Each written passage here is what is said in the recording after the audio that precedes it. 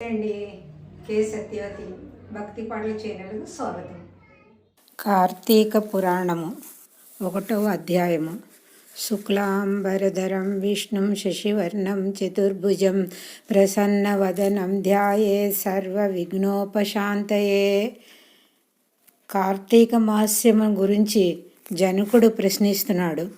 శ్రీ మతికిలాండకోటి బ్రహ్మాండ మండలి ఆర్యావర్తమందు నైమిసారణ్యంలో సౌనికాది మహామునులతో ఒక ఆశ్రమమును నిర్మించుకొని సకల పురాణములు పుణ్యచరిత్రలు వారికి వినిపించుచు సూత మహాముని కాలం గడుపుచుండెను.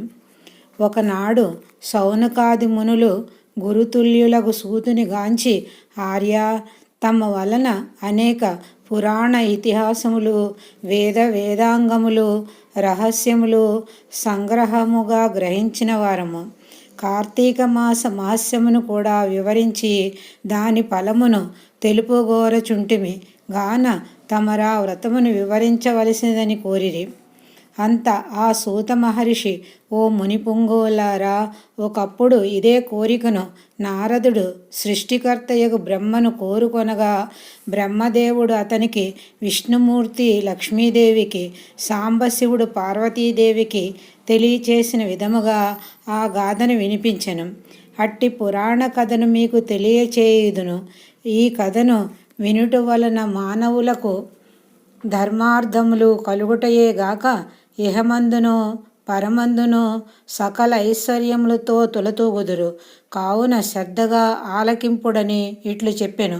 పూర్వము ఒకానొక దినంబున పార్వతీ పరమేశ్వరులు గగనంబున విహరించుచుండగా పార్వతీదేవి, ప్రాణేశ్వర, సకలైశ్వర్యములు కలుగు చేయునట్టిది సకల మానవులు వర్ణభేదములు లేక ఆచరించదగినది శాస్త్ర సమ్మతమైనది సూర్యచంద్రులున్నంత వరకు ఆచరింపబడేదియగు వ్రతమును వివరింపుడని కోరెను. అంతటా మహేశ్వరుడు మందహాసమనరించి, దేవి, నీవు అడుగుచున్న వ్రతము స్కాంద పురాణమున చెప్పబడి ఉన్నది. దాన్ని ఇప్పుడు వశిష్ఠ మహాముని మిథిలాధీశుడగు జనక మహారాజునకు వివరింపబోచున్నాడు. చూడు, మా మిథిలా నగరము వైపు అని మిథిలా నగరము దశగా చూపించెను.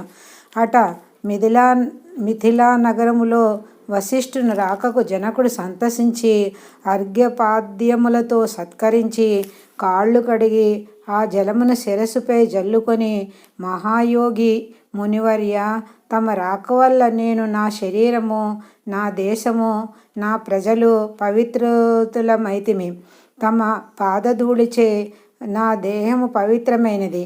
తమరిట ఏల వచ్చితరో సెలవు అసంగుడని వేడుకొనెను. అందులకు శిష్యుడు, జనక మహారాజా, నేనొక మహాయజ్ఞము చేయతలపెట్టి తిని దానికి కావలసిన అర్ధబలము అంగబలము నిన్నడిగి క్రతువు ప్రారంభించమని నిశ్చయించి ఇటు వచ్చి తిని అని పలుకుగా, జనకుడు, మునిచంద్రమా, అటులనే ఇత్తును స్వీకరింపుడు. కానీ చిరకాలము నుండి నాకు ఒక సందేహం కలదు. తమ బోటి దైవజ్ఞులను అడిగి సంశయం తీర్చుకోదలిచి తిని. నా అదృష్టం కొలది ఈ అవకాశము దొరికినది. గురురత్న, సంవత్సరములో గల మాసములలో కార్తీక మాసమే ఏలా అంత పవిత్రమైనది? ఆ కార్తీక మాసం గొప్పతనమేమి అనే సంశయం నాకు చాలా కాలము నుండి ఉన్నది. కావున తాము కార్తీక మహస్యమును గురించి వివరించవలసిందని ప్రార్థించెను. వశిష్ఠ మహాముని చిరునవ్వు నవ్వి, రాజా, తప్పక నీ సంశయమును తీర్చగలను. నీ చెప్పబోవు వ్రతగద సకల మానవులను ఆచరించదగినది, సకల పాపహరమైనది అయి ఉన్నది. ఈ కార్తీక మాసము హరిహర స్వరూపము. ఈ మాసమునందు ఆచరించుచు వ్రతము యొక్క ఫలమింతని చెప్పనలవి కాదు, వినుటకు కూడా ఆనందదాయకమైనది. అంతేగాక వినినంత మాత్రముననే ఎట్టి నరక బాధలను లేక ఇహమందును పరమందును సౌఖ్యమును పొందగలరు. నీ బోటి సజ్జనులు ఈ కథను గురించి అడిగి తెలుసుకొనుట ఉత్తమమైనది. శ్రద్ధగా ఆలకింపమని ఇట్లు చెప్పసాగాను. వశిష్ఠుడు కార్తీక వ్రత విధానము తెలుపుట. ఓ ఓ మిథిలాధీశ్వర, జనక మహారాజు ఏ మానవుడైనను ఏ వయసు వాడైనను ఉచ్చ నీచ అనే భేదము లేక కార్తీక మాసములో సూర్యభగవానుడు తులారాశియందుండగా వేకువజామున లేచి కాలకృత్యములు తీర్చుకొని స్నానమాచరించి దాన ధర్మములను దేవతా పూజలను చేసినచో దాని వలన అగణిత పుణ్య ఫలము లభించును. కార్తీక మాస ప్రారంభము నుండి ఇట్లు చేయుచు విష్ణు సహస్రనామార్చన శివలింగార్చన ఆచరించుచుండవలెను.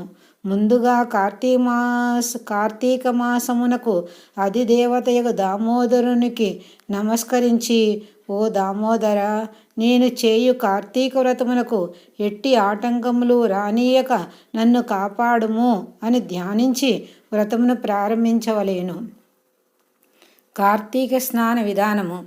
ఓ రాజా, ఈ వ్రతం ఆచరించు దినములలో సూర్యోదయమునకు పూర్వమే లేచి కాలకృత్యములు తీర్చుకొని నదికి పోయి స్నానమాచరించి గంగకు, శ్రీమన్నారాయణునకు, పరమేశ్వరునకు, భైరవునకు నమస్కరించి సంకల్పము చెప్పుకొని మరల నీట మునిగి సూర్యభగవానునకు అర్ఘ్య ప్రధాన మొసంగి పితృదేవతలకు క్రమప్రకారంగా తర్పణములనర్చి గట్టుపై 3 దోసిళ్ల నీళ్లు పోయవలెను. ఈ కార్తీక మాసములో పుణ్యనదులైన గంగా, గోదావరి, కృష్ణ, కావేరి, తుంగభద్ర, యమున మున్నగు నదులలో ఏ ఒక్క నదిలోనైనను స్నానం ఆచరించిన ఎడల గొప్ప ఫలము కలుగును. తడిబట్టలు వీడి మడిబట్టలు కట్టుకొని శ్రీ మహావిష్ణువునకు ప్రీతికరమైన పుష్పములను తానే స్వయముగా కోసి తెచ్చి నిత్య ధూప దీప నైవేద్యములతో భగవంతుని పూజ చేసుకుని గంధము తీసి భగవంతునికి సమర్పించి తాను బొట్టు పెట్టుకొని పిమ్మట అతిథి అభ్యాగతులను పూజించి వారికి ప్రసాదమిడి తన ఇంటి వద్ద కానీ దేవాలయంలో కానీ లేక రావి చెట్టు మొదట కానీ కూర్చుండి కార్తీక పురాణము చదవలేను. ఆ సాయంకాలము సంధ్యావందనం ఆచరించి శివాలయమందు కానీ విష్ణు ఆలయమందు కానీ లేక తులసి కోట వద్ద కానీ దీపారాధన చేసి శక్తిని బట్టి నైవేద్యం తయారు చేయించి స్వామికి సమర్పించి అందరికీ పంచిపెట్టి తరువాత తాను భుజింపవలేను. మరునాడు మృష్టాన్నముతో భూతతృప్తి చేయవలెను.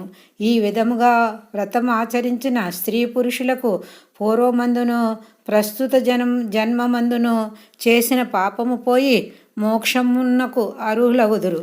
ఈ వ్రతము చేయుటకు అవకాశము లేని వారలు వ్రతము చేసిన వారలను చూచి వారికి నమస్కరించినచో వారికి కూడా తత్సమాన ఫలము దక్కును. ఇట్లు స్కాంద పురాణాంతర్గత వశిష్ఠ ప్రోక్త కార్తీక మాసమందలి మొదటి అధ్యాయము మొదటి రోజు పారాయణము సమాప్తము.